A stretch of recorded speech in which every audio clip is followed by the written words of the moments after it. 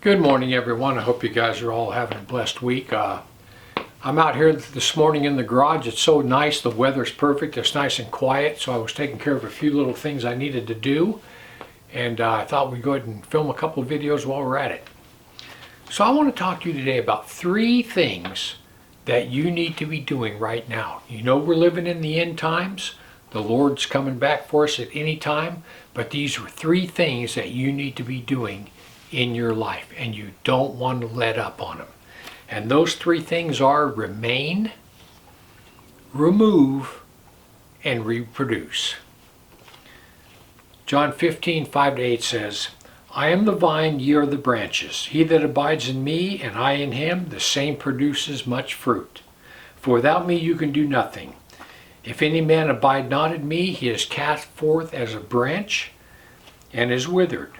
Men gather them, cast them into the fire, and they are burned. If ye abide in me, and my words abide in you, ye shall ask what ye will, and it shall be done for you. Herein is my Father glorified, that ye bear much fruit. So shall ye be my disciples.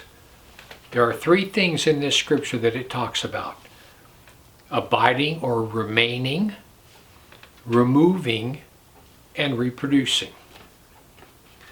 To remain means to remain in Christ. Listen, once you're saved, you're always saved, guys. That's the way it is. You can't lose your salvation. We all sin every day. We still have a sin nature. If sin could remove you from God, you wouldn't have a chance. I wouldn't either. So listen, I've told you guys before, I hate the term backslidden. I don't like that term. To me, backslidden, all that means is you are under tremendous assault from the demonic host, and they're winning. That's what that means. You're under tremendous attack, and you're not doing very well. What you need to do is you need to turn that around. You need to turn that around. To abide means to remain in fellowship with God. Now, people, once you're born again, you're saved. That's it. But you can fall out of fellowship. When anything slips into your life that comes between you and God, and you lose your peace, you've lost fellowship. Occasionally we need to do an inventory, and we need to clean things up. Anytime you fall out of fellowship, it's because the demonic host has slipped something in between you and God.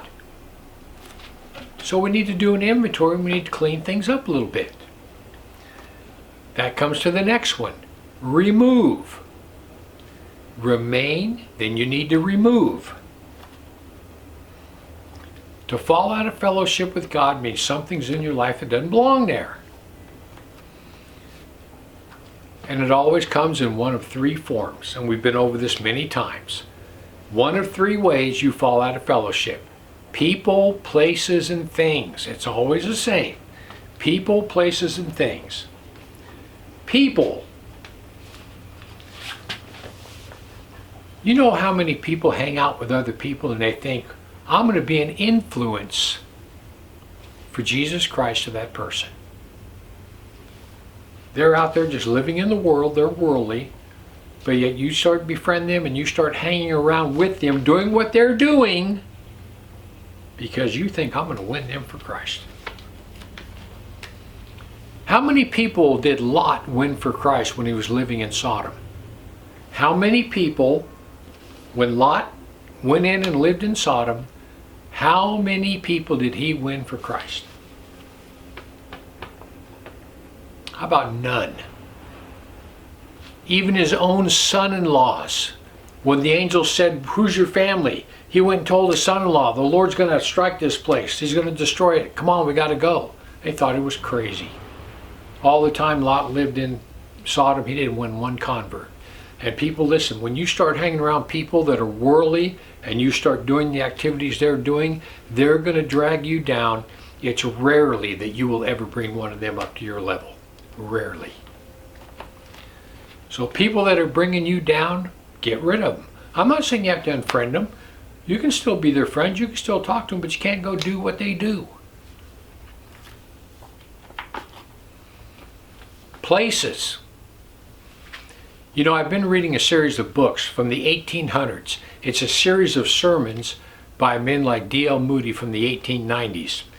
And one of them, D.L. Moody, said there's 4 things that are plaguing the people of his time. This is back in the 1890s. And listen to the 4 things that were plaguing those people. 4 places.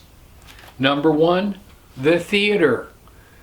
The theater had burlesque shows, nudity, even back in the 1890s. So the theater was a problem, just like it is in our day today. The movie theater's a problem. Next, the ballrooms, where the band was playing, people were dancing, getting drunk, having a good old time. It's like a modern day concert. The card rooms, where people would go to gamble. People are still going to casinos today. There's Indian casinos everywhere. They're all over the place. People playing the lottery, gambling. Still here today, it's here then. And the last one is the bar. So D.L. Moody was saying that many Christian men and women are falling away from the Lord by 4 distinct places. The theater, the ballrooms, the card rooms, and the bar. People, nothing has changed. It's the same today. And the next one is things. You know, things in themselves are not really bad. There's a lot of things you can have that are not bad. But if they get between you and God, they become bad. Look at football. Right now, football season just started a while back. I think we're in week 7. Look at football. Football's not bad in itself. To sit down and watch a football game, there's nothing wrong with that. But people, did you know that the minute football season starts in America, that church attendance drops way down? Men quit going to church during football season. That's when it becomes bad. Or anything else that you do. You know, I have a local Harley-Davidson swap meet bike show that is held at an old drive-in theater.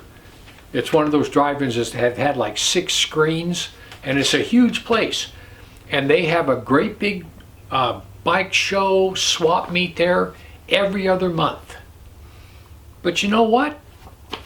They only have it on Sundays. That's the only time they have it, is on Sundays.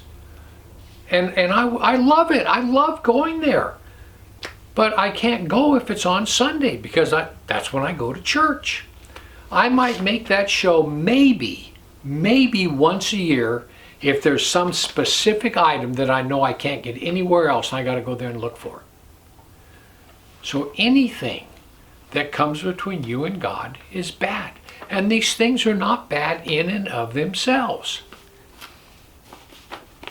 And the next one is reproduce. Reproduce. Everything is supposed to reproduce after its own kind. 2 dogs get together, what do they have? Bunch of puppies. 2 cats get together, what do they have? Bunch of kittens. 2 giraffes get together, what do they have? A long-necked little giraffe. Things produced after their own kind. Well, born-again Christians are supposed to reproduce after our own kind. We're supposed to be winning other people to Christ. There's 3 areas that you need to look at in your life. Number 1, your personal witness. Are you always looking around for that opportunity when somebody brings up something and you can say, hey, you know, the Bible has something to say about that. They start talking about this war in Gaza. Hey, you know that the Bible mentions this? It's probably the war in Psalm 83. There are so many things that you can just wait for that opportunity and just jump in to witness. Hey, the Bible has something to say about that. You know, I tell people all the time, people that are living together and I meet them and we start talking, they're not married, they just live together, and they're having problems. I tell them, I say, listen, did you know that if you're living together and sleeping together, God will never bless that union? He won't. The Bible has something to say about that. People, you have to look for the opportunities to witness, and you have to jump on every one of them. The next one is in your giving. In your giving. And I'm not talking about tithing, that's Old Testament. I'm talking about giving. Places you can give that will spread the gospel of Christ. Give to people or find organizations that distribute Bibles throughout the world.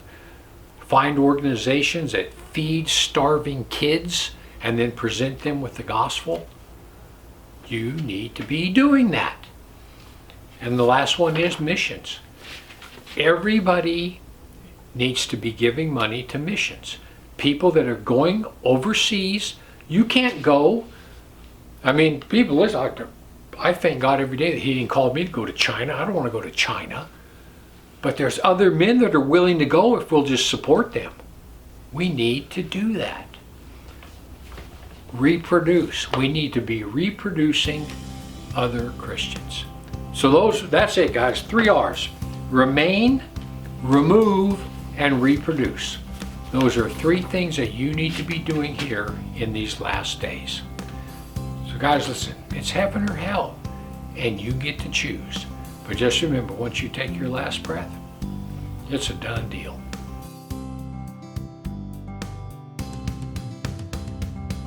I told you a while back, and it kind of goes like this. At the end of the day, your guardian angel wants to just look at you and say, hey, you know what? You could have folded today, but you didn't. Well, yesterday I had one of those days where I could have folded, but I didn't. And I wanted to share it with you guys. This is our air fryer right here. Just a regular good old air fryer. Well, listen, that's my 3rd one, and I'm about to go buy the 4th one. The first air fryer, I don't remember what happened to it honestly, but something tragic.